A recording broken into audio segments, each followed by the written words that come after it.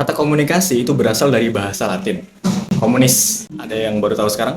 Ya, intinya itu komunis katanya, yang berarti membuat kebersamaan atau membangun kebersamaan antara dua orang atau lebih. Nah, akar kata dari komunis ini itu komuniko, yang artinya berbagi. Komunikasi juga berasal dari kata communication atau communicare, yang artinya membuat sama, to make common. Titik terangnya kurang lebih gini, ketika pemahaman pengirim pesan dan pemahaman penerima pesan terhadap satu pesan itu sama. Maksudnya ketika pengirim pesan menyampaikan pesan dan diterima dengan baik oleh si penerima pesan, itulah inti dari komunikasi. Tercapai tujuannya, yaitu memperoleh kesamaan persepsi terhadap sebuah pesan. Nah, apa yang terjadi ketika komunikasi yang disampaikan tidak diterima dengan baik? Contoh, gue bilang A ke si B, tapi yang diterima si B malah jadi C gitu. Pesannya berubah dalam transmisi itu. Apa yang terjadi? Otomatis ya miscommunication, misunderstanding, misinformation, dan seterusnya. Nah, mirisnya, hal ini sering banget terjadi di dalam lingkungan keluarga.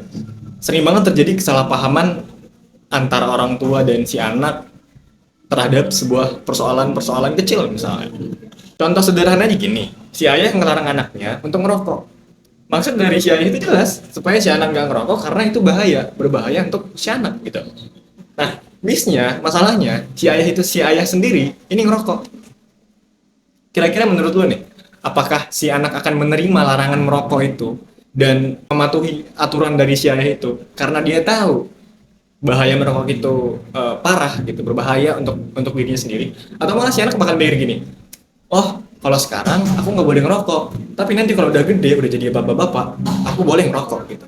Kira-kira pesan mana yang akan diterima oleh si anak?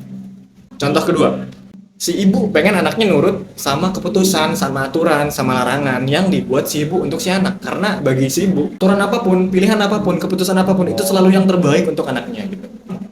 Nah, tapi caranya itu dimarahin anaknya, dimarahin secara terus-menerus.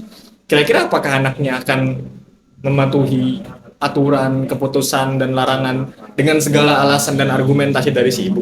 Atau malah si anak malah ngerasa takut untuk berbuat apa-apa? Takut ngelakuin A salah, takut ngelakuin B salah, akhirnya dia takut untuk bergerak, takut untuk memutuskan sesuatu. Ujung-ujungnya bergantung sama keputusan, larangan, dan aturan dari si ibu. Yang mana? Bagi gua, caranya sendiri itu nggak salah.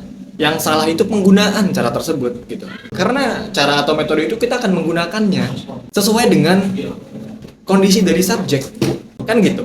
Kalau konteksnya si ibu tadi, dengan marah-marah, dengan aturan, dengan keputusan, dengan larangan, bagi gue itu nggak cocok untuk si anak kecil atau anak ya, apalagi mereka masih rawan ya secara psikologis, secara kognitif. Mungkin beda cerita kalau misalkan metode komunikasi itu, metode cara itu digunakan di dalam militer yang memang komunikasinya itu bersifat tegas dan memang subjek yang dikomunikasikan itu memang sudah di atas umur untuk memahami pesan-pesan tersebut dengan segala alasan yang logis. Artinya sebelum kita nentuin caranya, kita harus ngerti dulu kondisi si subjek komunikasi secara psikologisnya, secara kognitifnya. Kalau konteksnya orang tua sama anak, ya si orang tua harus ngerti kondisi anak, tingkat pemahaman anak, kepekaan emosi si anak, hal-hal lainnya yang itu mempengaruhi dalam si anak menerima pesan. Dari situ baru kita bisa nentuin cara yang paling tepat sesuai kondisi si anak, kondisi subjek. Kan nggak mungkin anak kecil nih, SD, kelas 1, kita kasih pemahaman tentang sesuatu gitu, tapi yang caranya itu nggak dipahami sama si anak, pakai bahasa-bahasa yang tinggi misal, pakai analogi-analogi yang berat misal, ya si anak nggak bakalan paham sama apa yang dimaksud oleh orang tua gitu.